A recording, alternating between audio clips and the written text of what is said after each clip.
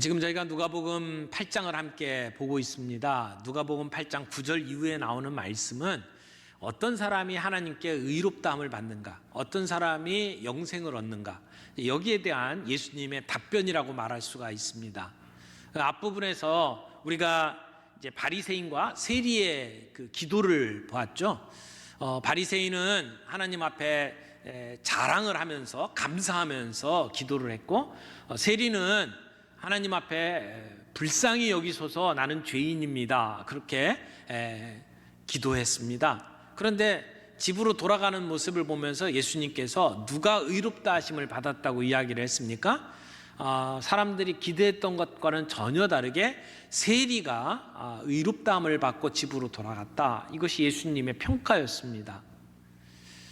또 어린 아이들이 예수님께 오는 것을 제자들이 막았을 때 예수님께서 어린 아이들이 내게 오는 것을 금하지 말라, 하나님의 나라는 이 어린아이와 같은 자들의 것이다 라고 말씀을 하셨죠.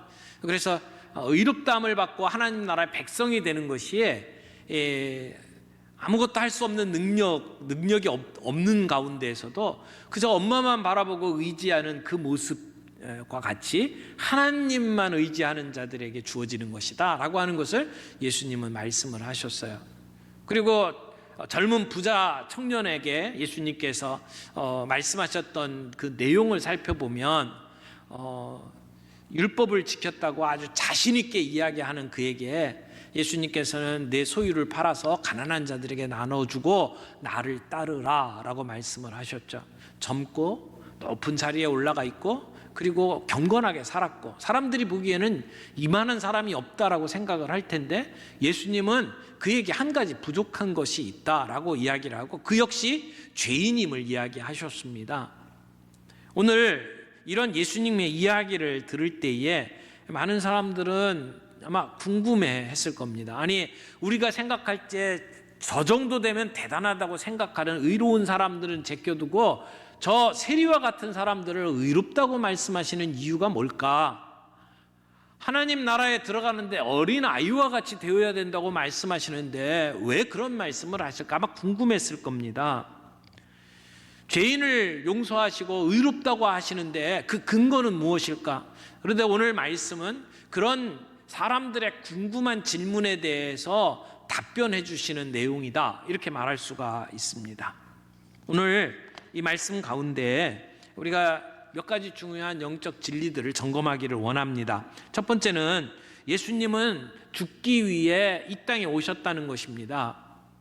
오늘 이야기의 앞부분은 예수님께서 제자들에게 내가 예루살렘에 올라가는 그 목적이 무엇인지를, 그 비밀을 말씀을 하시는 내용입니다. 예수님께서 고난당하시고 순환당하실 것을 예언을 하시는 거잖아요. 근데 이게 첫 번째 예언이 아닙니다. 이미 앞부분에 두 번씩이나 순환을 예언을 하시고 지금 오늘은 세 번째 말씀입니다.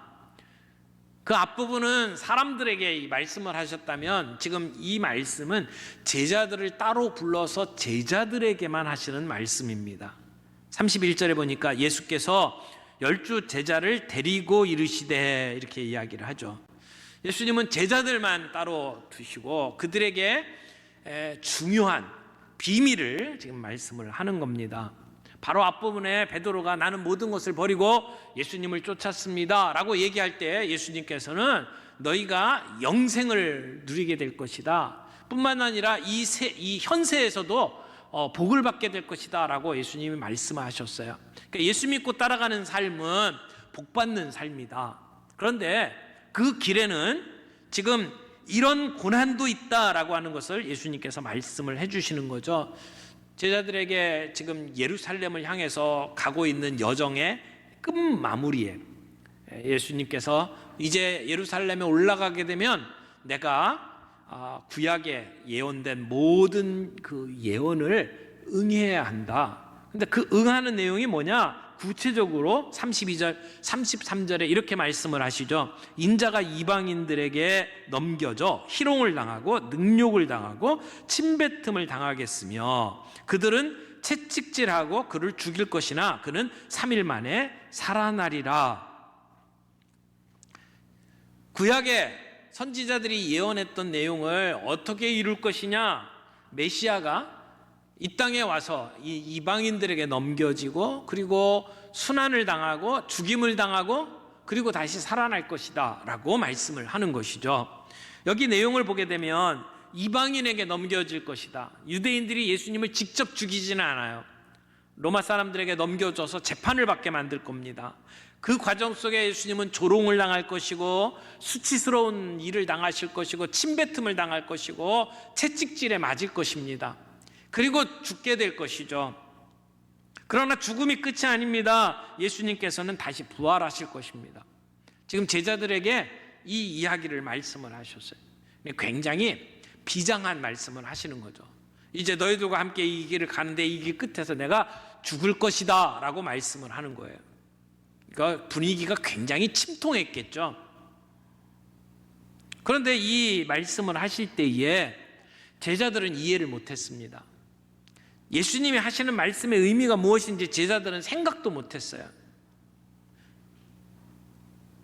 예수님이 메시아로 오셔서, 그리스도로 오셔서 이제 예루살렘을 향해서 가게 되는데, 거기 가면 이제는 메시아로서 놀라운 일들을 벌릴 거라고 생각을 했죠.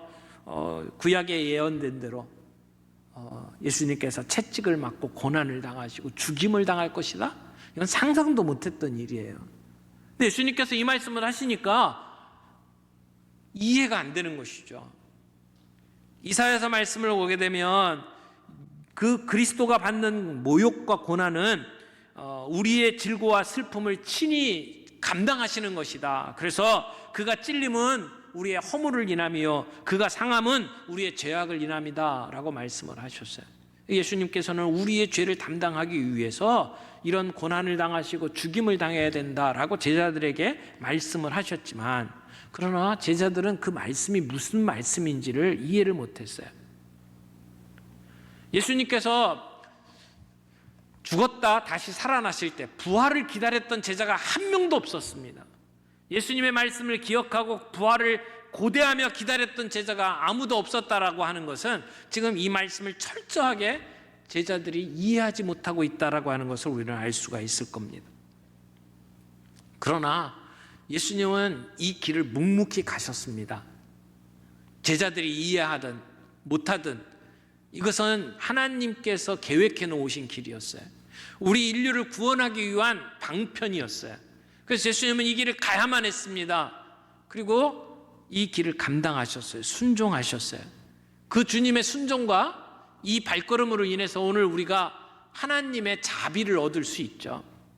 하나님의 그 자비, 우리를 불쌍히 여기시는 하나님의 은혜가 어떻게 우리에게 주어졌습니까? 예수님은 지금 이 길을 가서 예루살렘에 가서 순환을 당하시고 죽임을 당하고 부활하심으로 이루어진다라고 하는 사실을 우리들에게 보여주는 것입니다.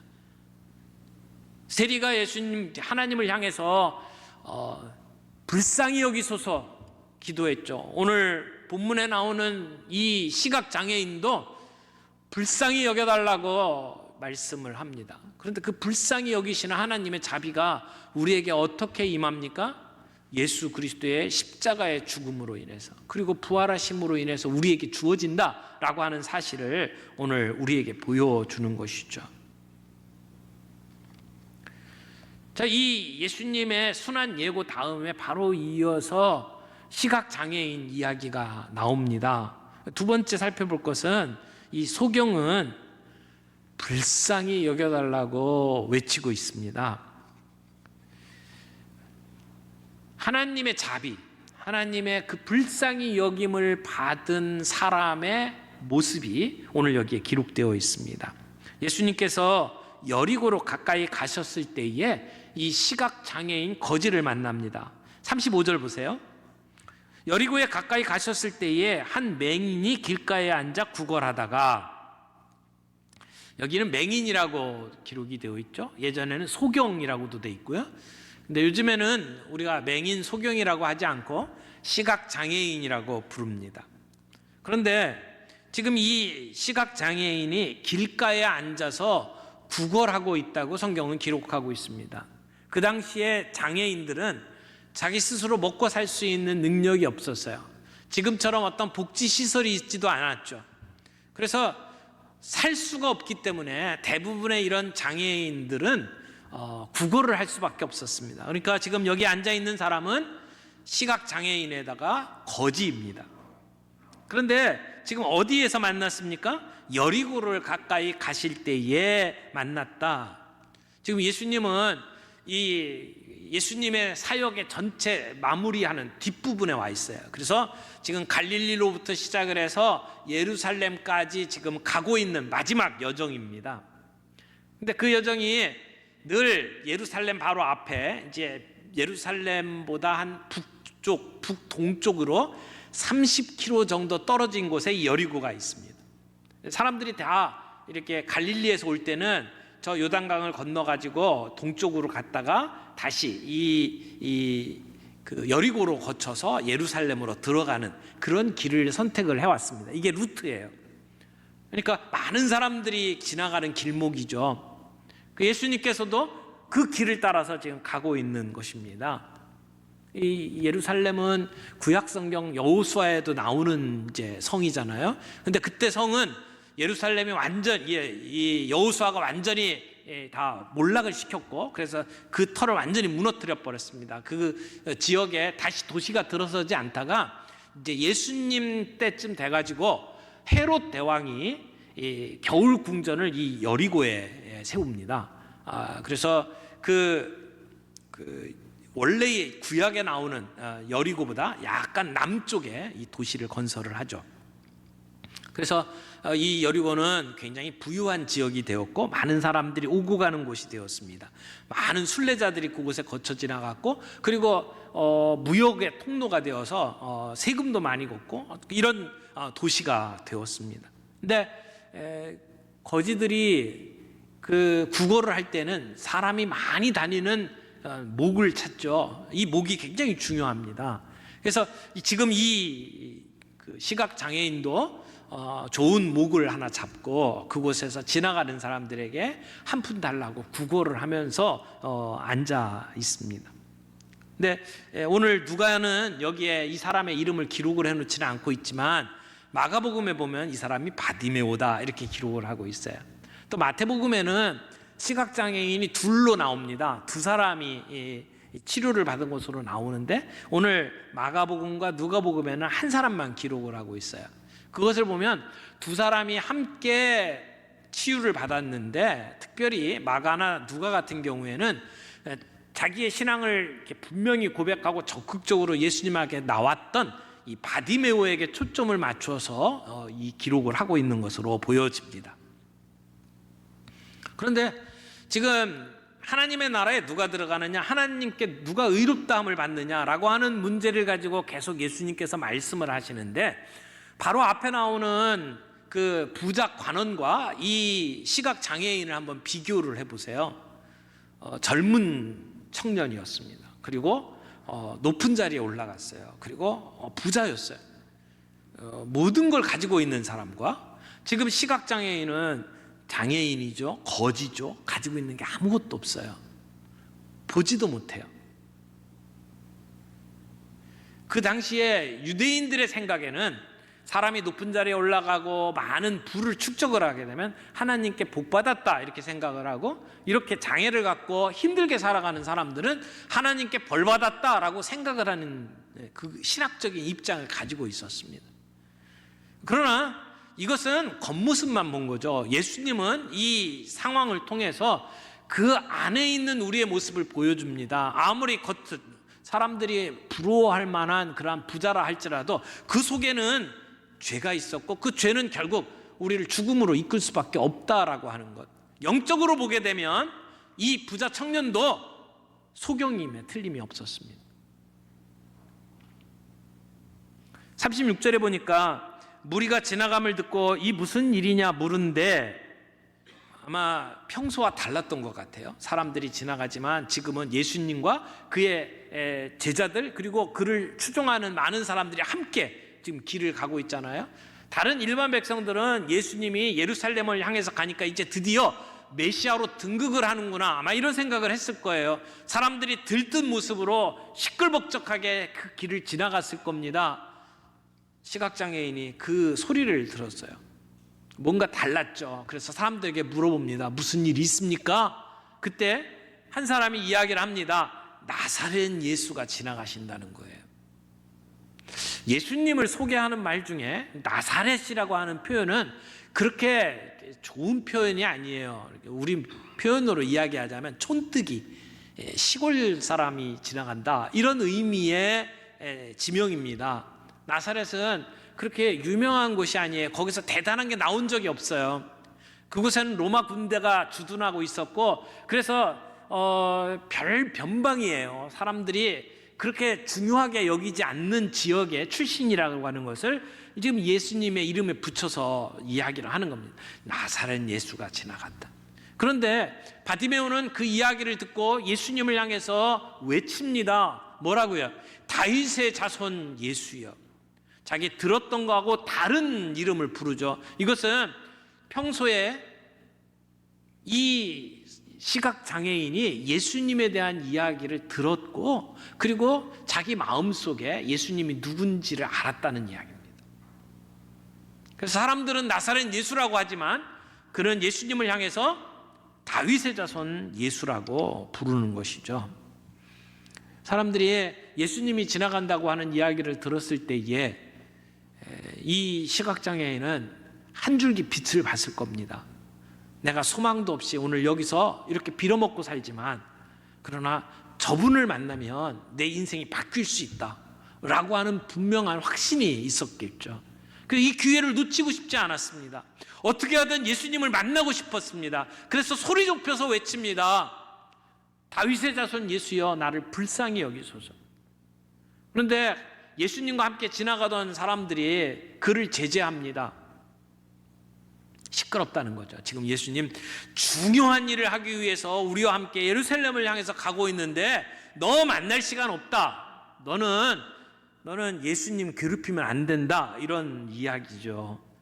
예수님처럼 중요한 분에게 너는 어울리지 않는 사람이다. 너 조용히 해라. 좀 예의를 지켜라. 이런 이야기를 하는 겁니다. 그러나 지금 이 시각장애인은 이 기회를 놓칠 수가 없었습니다. 군중의 요구에 굴복해서는 안 됩니다. 그래서 더 큰 소리로 외칩니다. 다윗의 자손 예수여, 나를 불쌍히 여기소서. 예수님의 관심을 끌기 위해서 그는 더 크게 소리를 외쳤습니다. 여러분, 우리가 예수님을 믿고 따라가는 데 있어서 내 주변에 있는 사람들이 종종 이런 요구를 할 때가 있어요. 좀 입 닥치고 좀 조용히 좀 있어라. 예의를 지켜라. 세상을 살려면 그렇게 살면 안 된다. 그렇게 우리들에게 요구할 때가 있지 않습니까? 이 중요한 그 사업의 대상, 이 사람하고 계약을 맺으려면 주일날 아침에 같이 나가서 골프를 쳐야 된다. 너 나가서 같이 쳐라. 이런 요구들이 있을 수 있어요. 세상을 살아가는 데 있어서 그렇게 모나게 살지 말고 좀 타협도 하면서 살아야 되지 않겠느냐. 사람들이 모여서 같이 직장에서 이야기하면서 야한 성적인 농담을 하면서 낄낄대고 웃을 때에 그때 그리스도인으로서 우리가 어떻게 처신해야 될지 우리에게 다가오는 압박이 있습니다. 세상 사람들이 가지고 있는 관습이 있고, 그리고 우리에게 요구하는 게 있어요. 그런 요구들에 대해서 이 시각장애인은 굴복하지 않았습니다. 더 큰 소리로 외쳤습니다. 그리고는 예수님을 만났죠. 이 다윗의 자손이라고 하는 호칭은 구약시대부터 예언되었던 메시아에 대한 다른 칭호입니다. 예수님이 메시아다, 하나님의 보내신 메시아다라고 하는 그 확신이 이 사람들에게 있었던 것 같아요. 그래서 예수님을 향해서 다윗의 자손이여라고 외치는 거죠. 그러니까 예수님이 신적인 권능을 갖고 있다는 것을 알았어요. 단순히 예수님이 위대한 선생님이나 그리고 사람들의 병을 고쳐주는 용한 의사가 아니라 예수님은 메시아다. 신적인 권위가 그에게 있다고 하는 사실을 이 시각장애인은 알고 있었고, 그래서 예수님께 외쳤어요. 단순히 내 눈 뜨기를 원한다, 내 육신의 문제를 해결하기 위해서 예수님을 찾은 것이 아니라는 겁니다. 자기의 눈 뜨는 정도를 위해서 예수님을 향해서 다윗의 자손이여 이렇게 거창한 칭호를 붙일 이유가 없었습니다. 오늘 이 시각장애인의 모습은 바로 앞에 나오는 부자 청년과 아주 대비가 됩니다. 이것을 보게 되면 죄가 우리의 삶 속에 어떤 영향을 끼치는지를 알 수가 있어요. 여러분, 죄는 하나님을 못 보게 만듭니다. 부자 청년은 자기 자신이 스스로 의롭다고 생각했어요. 그러나 자기 안에는 죄의 문제가 아직 사라지질 않고 있죠. 그 죄가 예수님을 제대로 못 보게 만들었습니다. 그는 예수님께 찾아와서 선한 선생이여, 사람들이 이야기하는 선생님 정도로 생각을 한 거죠. 내가 보고 배우면 나도 그 사람처럼 의롭게 될 수 있는 좋은 모델 정도로 생각을 한 겁니다. 그래서 선한 선생님이여 라고 이야기를 했어요. 그의 죄는 예수님을 예수님으로 제대로 보지 못하게 만들었어요. 그러나 지금 이 시각장애인은 비록 눈은 멀고 앞은 보지 못하지만 그는 예수님이 누군지를 알았죠. 다윗의 자손 예수야. 이 땅에 우리의 죄의 문제를 해결하기 위해서 오신 메시아라고 하는 사실을 볼 수 있었다는 것입니다. 여러분, 우리가 아무리 시력이 좋아도 진실을 보지 못합니다. 아무리 우리의 육적인 눈이 좋아도 하나님을 볼 수는 없습니다.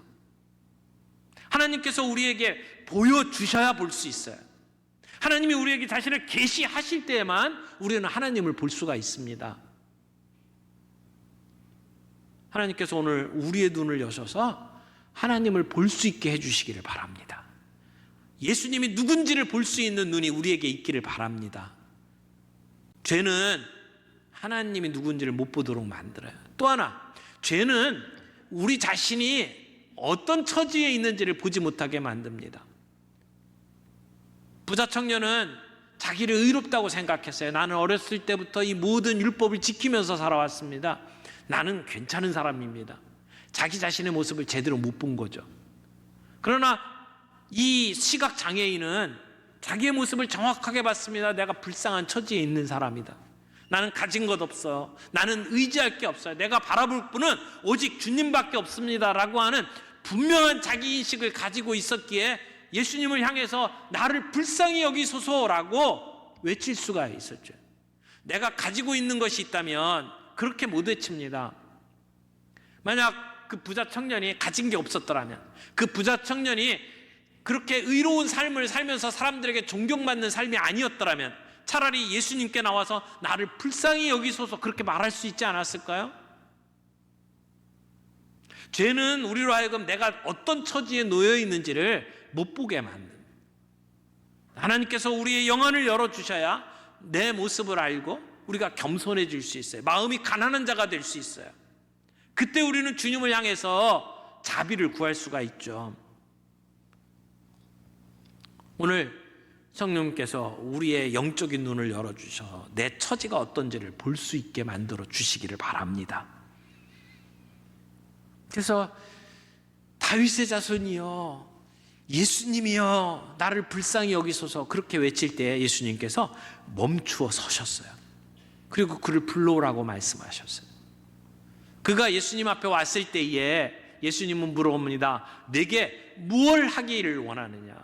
내가 너에게 뭐 해주기를 원하느냐? 주님, 보기를 원합니다. 그때 예수님 뭐라고 말씀하셨어요? 보라! 보라! 말씀하셨어요. 예수님의 말씀은 그 자체가 실천되는, 그 자체가 실현되는 능력을 가지고 있죠. 예수님께서 보라 말씀하실 때에 그 시각장애인의 눈이 번쩍 뜨였습니다. 그리고 볼 수 있게 됐죠. 예수님은 이렇게 말씀하셨어요. 내 믿음이 오늘 너를 구원하였다. 단지 눈만 본 게 아닙니다. 그는 구원받은 하나님의 백성으로 살아가게 됩니다.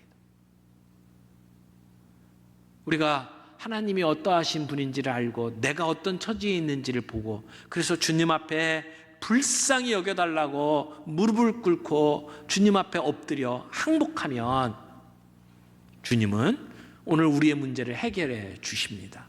우리 가운데 구원의 역사를 베풀어 주십니다. 근데 우리는 똑똑해요. 우리는 나름대로 내 살아갈 수 있는 능력을 가지고 있어요. 그러다 보니까 내가 가지고 있는 기준을 가지고 될 일, 안 될 일 구분을 해요. 이건 내 한계보다 뛰어넘는 일이다. 그러면 아예 포기해버려요. 구하지도 않아요.